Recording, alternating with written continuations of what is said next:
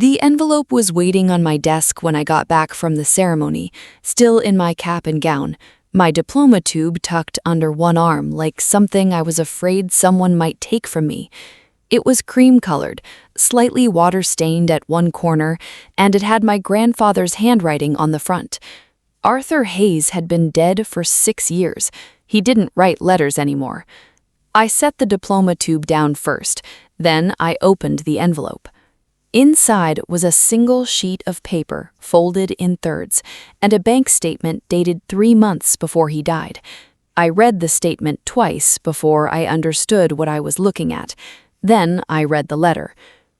Rachel, if you're reading this, it means Whitaker finally did what I asked him to do, and did it the way I asked him to do it, quietly, and only when the timing was right.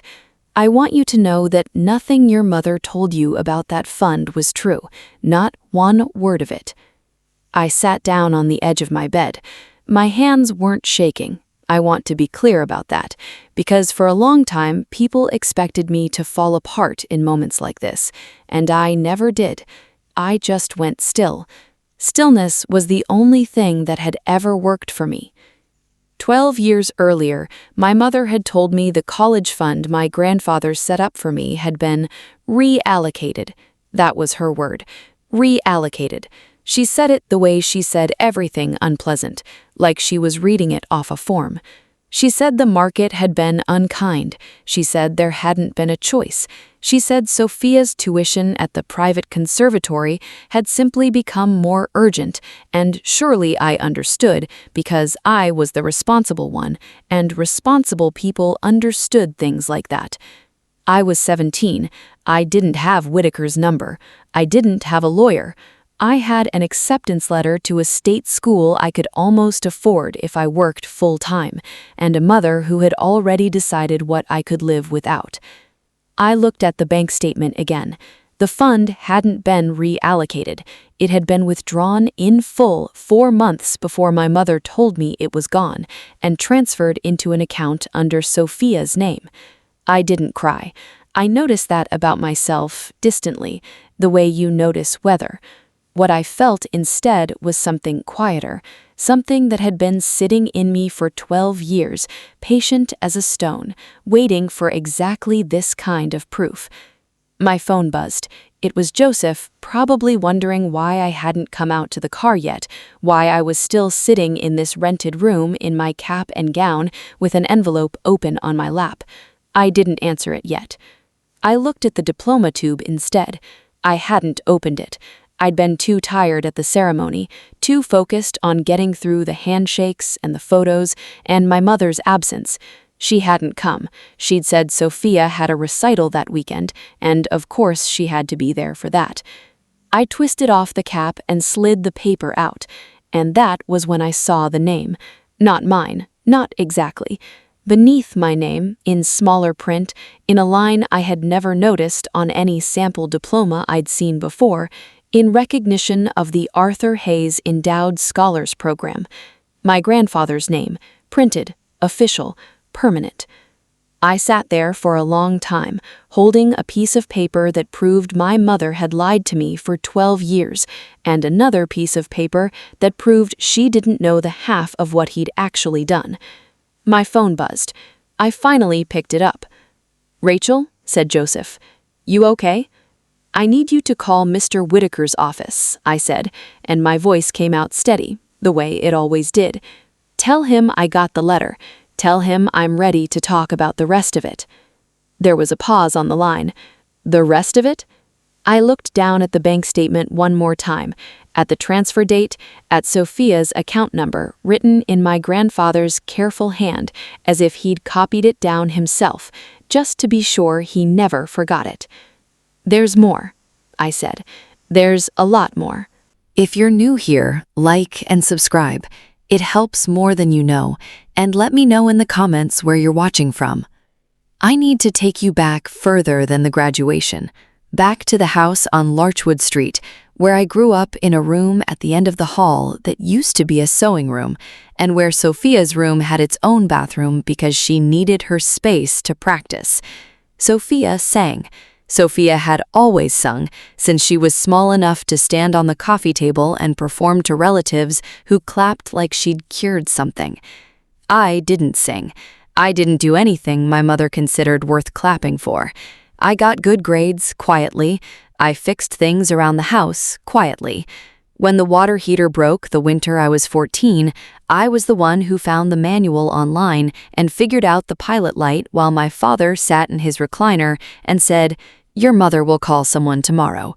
Nobody called anyone. I fixed it myself, and nobody mentioned it again. That was the shape of my childhood. I did the things that kept the house running, and Sophia did the things that made my mother look good in front of other people. My grandfather, Arthur, was the only one who noticed the difference. He lived 2 streets over, in the house he'd built with his own hands in the 50s, and he had a habit of showing up on Sunday afternoons with a thermos of coffee and absolutely no patience for my mother's performances. "Rachel," he'd say, settling into the good chair before my mother could redirect him towards Sophia's latest recital recording, "tell me something true. Not something impressive, something true." I always had something true to tell him. Nobody else in that house ever asked. When I was 16, he sat me down at his kitchen table, the one with the water ring shaped like Ohio, and told me he was setting aside money for my education, not Sophia's, mine specifically. "She'll have her conservatory people looking after her. You'll have this. Don't tell your mother the amount. Don't tell her anything if you can help it." I asked him why the secrecy. He looked at me for a long moment, the kind of look that made you feel like he could see further into a situation than you could yet. "Because some people," he said, "only respect what they can't touch." I didn't understand that sentence until years later. I understand it completely now. He passed 2 years after that conversation, quietly, in his sleep, the way he did most things. At the funeral, my mother cried beautifully, the way she cried at things that were being watched. Sophia sang at the service, of course she did, and people said it was the most moving thing they'd ever heard. I stood in the back and didn't say anything true, because there was no one left in that house who wanted to hear it.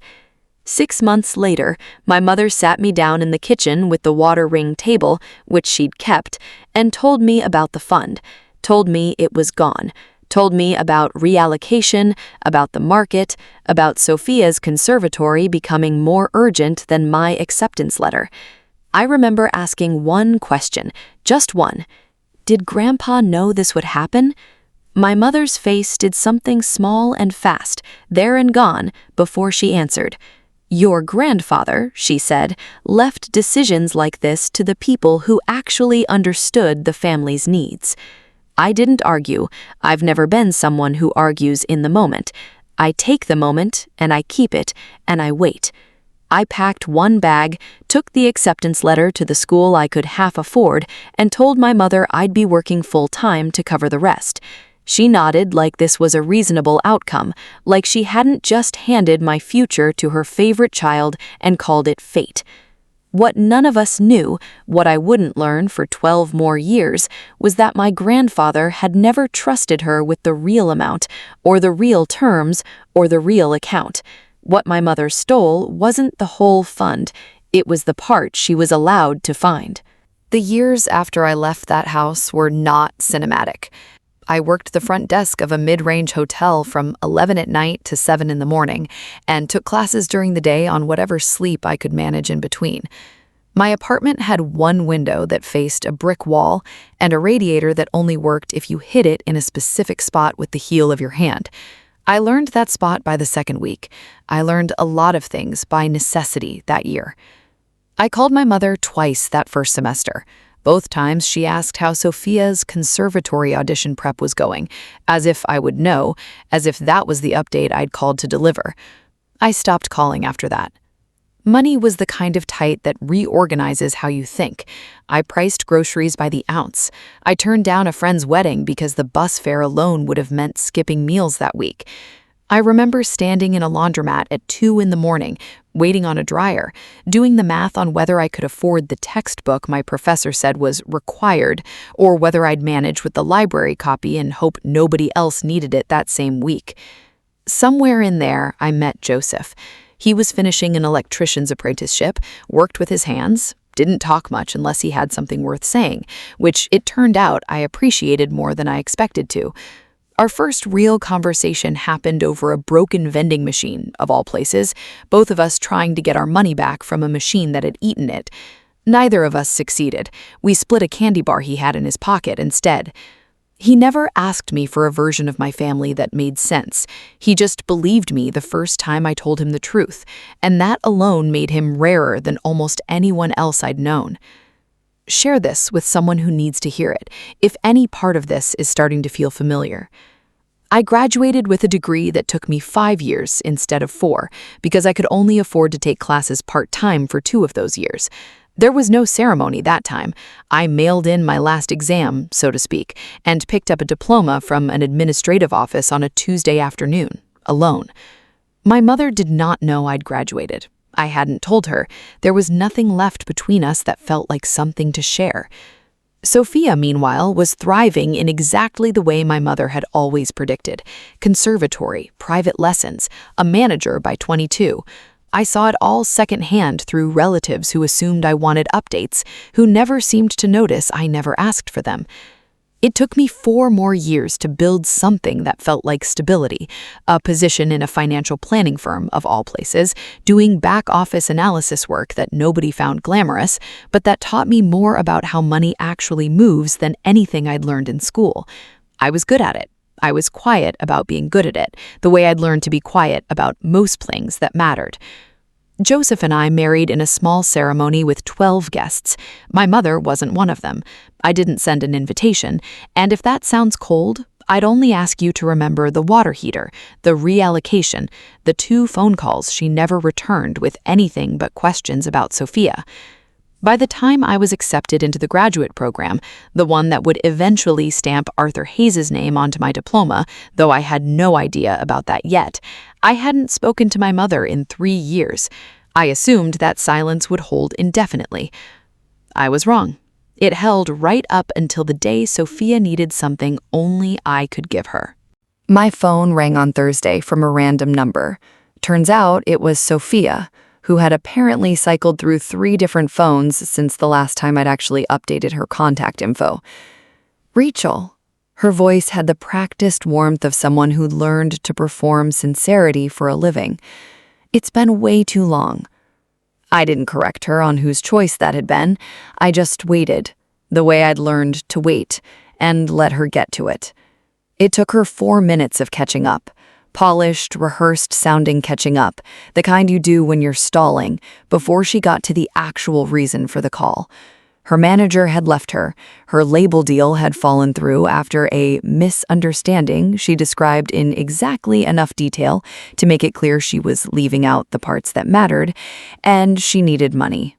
Not a small amount. Enough to cover a breach of contract settlement before it became public, and damaged what she called her brand.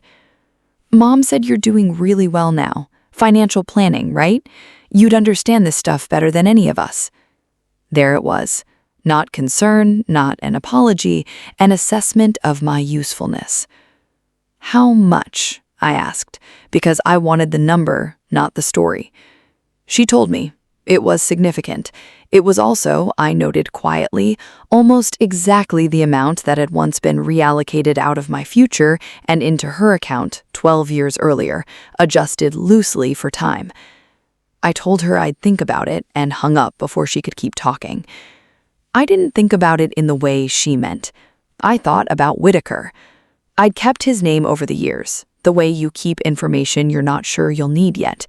He'd been my grandfather's lawyer for 30 decades, and at the funeral, he'd given me his card and said, in a tone that seemed oddly specific at the time, "If anything ever feels off about the estate, you call me, not your mother's lawyer, me."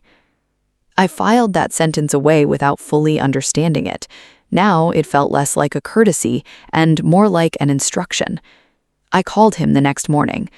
Whitaker remembered me immediately. which surprised me until I understood why.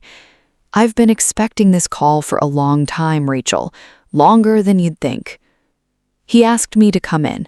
"Not over the phone," he said. "In person, with your husband if you wanted, and enough time blocked out that we wouldn't be rushed." Joseph came with me. We sat across from Whitaker in an office that smelled like old paper and coffee, and he opened a file that was thicker than I expected a simple scholarship fund to require. "Your grandfather didn't set up one account, he set up two. One your mother knew about, the one she was named custodian of when you were 16, the one she drained and moved into your sister's name 4 months before telling you it was gone. I already knew that part. I let him keep going. The second," Whitaker said, "she never knew existed. Arthur set it up through a private endowment structure 2 years before he died, specifically because he didn't trust her with discretion over the full amount. It's been accruing since. It funded your graduate program directly. That's why the university credited it publicly on your diploma. It wasn't a coincidence. He arranged that specifically, years in advance, so that the acknowledgement would eventually become public in exactly that way." I sat very still. "There's more," Whitaker said, sliding a second document across the table. "The original withdrawal, the one your mother made when you were 17, was never legally hers to authorize alone. Arthur structured the custodianship with a joint signature requirement she didn't know about, because he assumed, correctly, that she'd try something like this eventually." "Meaning what?" I asked, though some part of me already guessed. Whitaker looked at me over his glasses. "Meaning what she did 12 years ago, Rachel, wasn't just a betrayal. It was fraud. And it's been sitting on file, fully documented, waiting for you to decide what you wanted to do with it." I didn't say anything for a moment. Joseph's hand found mine under the table, steady, the way he'd always been. "Why now?" I finally asked. "Why did he wait to have this come out until—" I gestured vaguely, meaning the diploma, the endowment, the years of silence in between. "He didn't want it to come out as revenge," Whitaker said. "He was very specific about that. He said if you ever needed the truth as a weapon, it should be because someone forced your hand, not because you went looking for it. He wanted your success to come first. The truth was supposed to be a foundation, not a headline." I thought about that phrase for a long time afterward. A foundation, not a headline. It sounded exactly like him. "What about the fraud? Legally, what's actually on the table?" Whitaker folded his hands. "Your mother authorized an unauthorized withdrawal and transfer of funds she had joint custodianship over without the required co-signature and misrepresented the fund's status to you, a minor beneficiary at the time, in order to redirect it to your sister. That's not a gray area, Rachel. That's actionable. It has been for 12 years. The statute hasn't run out because the discovery clock starts when you learned the truth, which, as of 3 days ago, is now." "And if I don't want to sue my own mother," I said. "Then you don't have to," he said simply. "The documentation exists either way. What you do with it is entirely yours to decide. I'm not here to tell you to burn anything down. I'm here to tell you that you finally have the choice, which you didn't have at 17. I sat with that. Joseph didn't push me either way, which I was grateful for. He never tried to make my decisions smaller or simpler than they were. "There's one more thing," Whitaker said, and something in his tone shifted, careful in a new way. "Your sister's request for money, the settlement she needs. I did some checking after your assistant called to confirm this appointment. Joseph must have mentioned it when he called. And the breach of contract issue isn't the full story either." "What's the full story?" "Sophia's label didn't just drop her over a contract dispute. There's a civil claim being prepared against her, plagiarism on 2 of her most successful tracks. The misunderstanding she mentioned to you is a legal team building a case. The settlement she's asking you to cover isn't to protect her career. It's to make a lawsuit disappear before it becomes public record." I felt something settle into place, cold and clear. "She's not asking me for help," I said. "She's asking me to fund a cover-up." "That would be my read," Whitaker said. I thought about the phone call. "Mom said you're doing really well now. You'd understand this stuff better than any of us." Not concern, calculation. The same calculation my mother had made 12 years earlier, weighing which daughter's future was more useful to protect. "I want everything," I said. "The original transfer records, the custodianship agreement, the plagiarism claim, if it's public enough to reference, all of it. Organized. Ready." "Ready for what?" Whitaker asked, though he suspected he already knew. "My mother is going to ask me for money, too," I said. "She just hasn't called yet. When she does, I want to already know more about her situation than she thinks I do." Whitaker almost smiled. "Your grandfather said you'd say something like that." "What else did he say?" He reached into the file and pulled out one more envelope, sealed, my name written across the front in that same careful handwriting. He said to give you this only after you asked that exact question. I took it. I didn't open it yet. Some truths, I was learning, needed the right moment, and I could feel the moment building, slow and certain, like weather rolling in from somewhere you couldn't yet see. The call from my mother came 4 days later, on a Tuesday evening while Joseph and I were finishing dinner. I let it ring twice before answering, not out of hesitation, but because I wanted to finish my sentence to Joseph first. "Rachel?" Her voice had a warmth in it I hadn't heard directed at me in over a decade. It should have felt good. It felt like a costume. "I've been thinking about you so much lately." "Have you?" I said. "Sophia mentioned she called you about her situation." A pause, calibrated. "I know things have been complicated between us, but I was hoping we could put that aside. She's your sister, Rachel. Family helps family." I let the silence sit for a moment before I answered because I wanted her to fill it, and she did, the way she always had. "I know you're doing well now, and I know the past is the past, but this is serious. If this settlement doesn't happen, it could really damage her name. You wouldn't want that on your conscience, would you, knowing you could have helped and didn't?" There it was. The same tool she'd used my entire childhood, reframing her choices as my moral obligation. "What settlement?" I asked, keeping my voice level. "The breach of contract one or the plagiarism one?" The silence on her end lasted just long enough to tell me everything. "I don't know what you mean," she said, too quickly. "I think you do. I think you've known for weeks.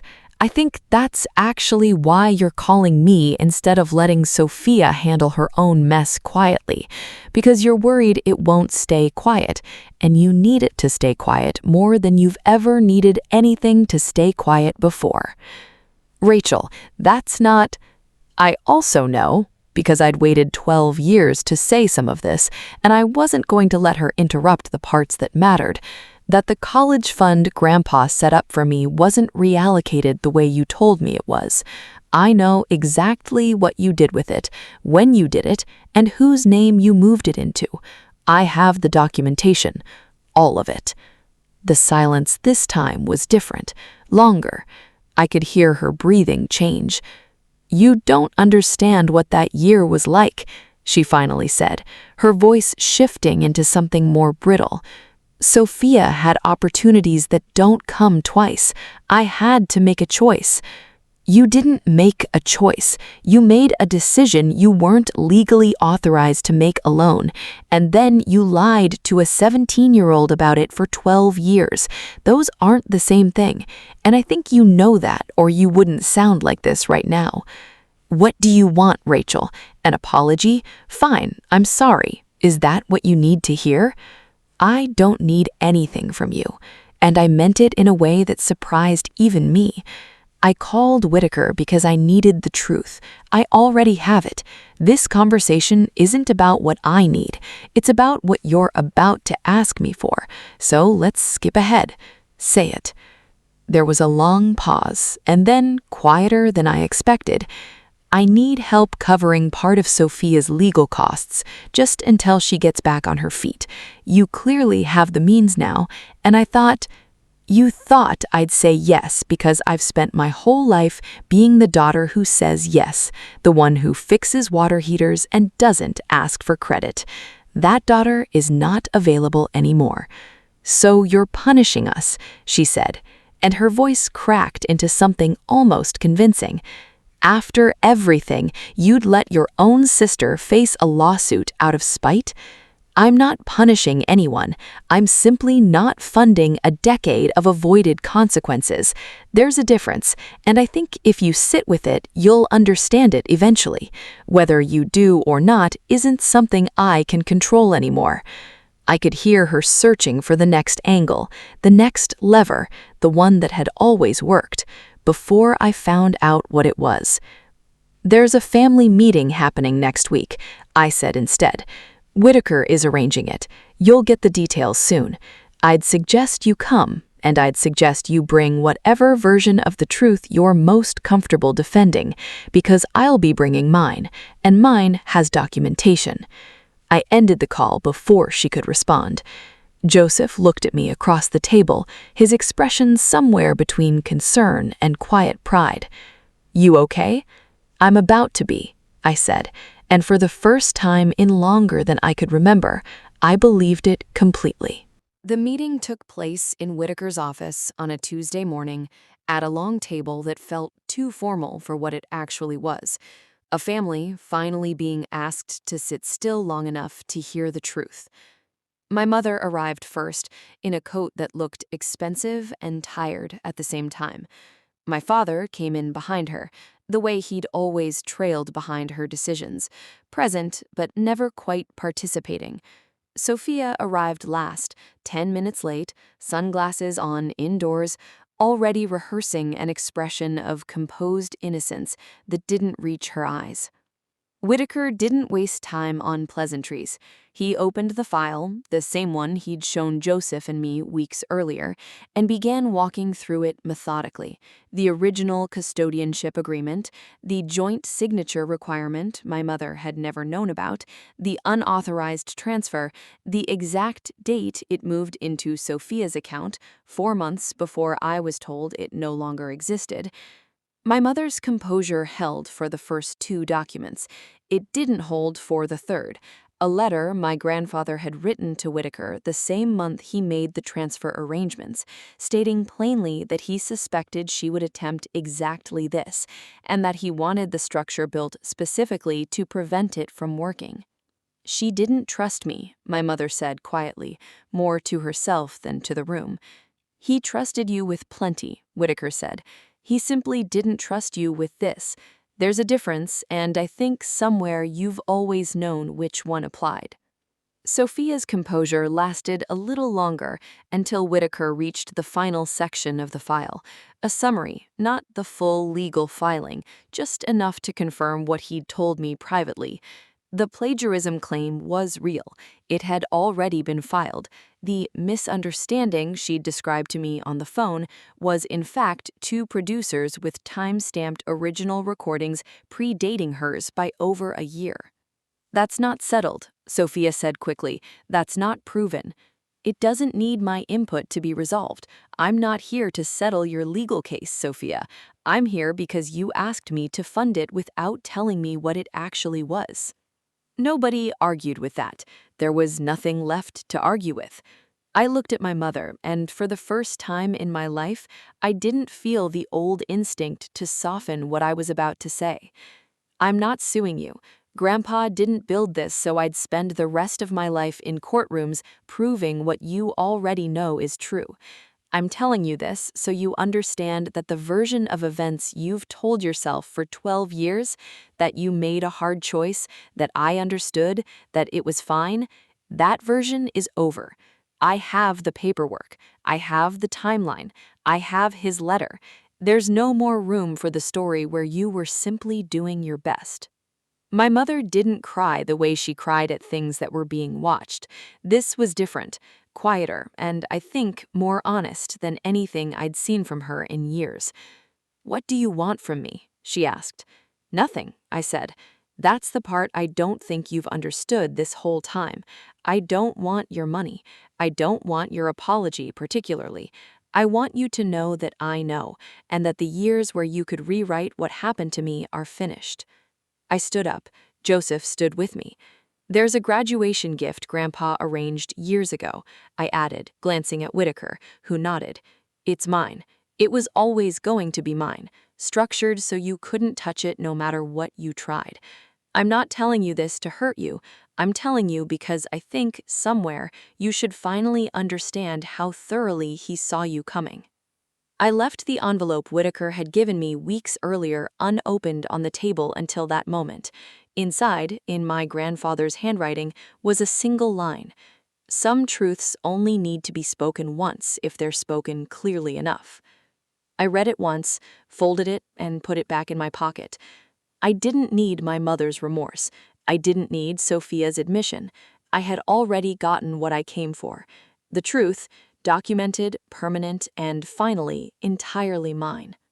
We left the office together, Joseph's hand in mine, and outside the sky had cleared into a kind of quiet, ordinary afternoon that no longer needed to prove anything to anyone.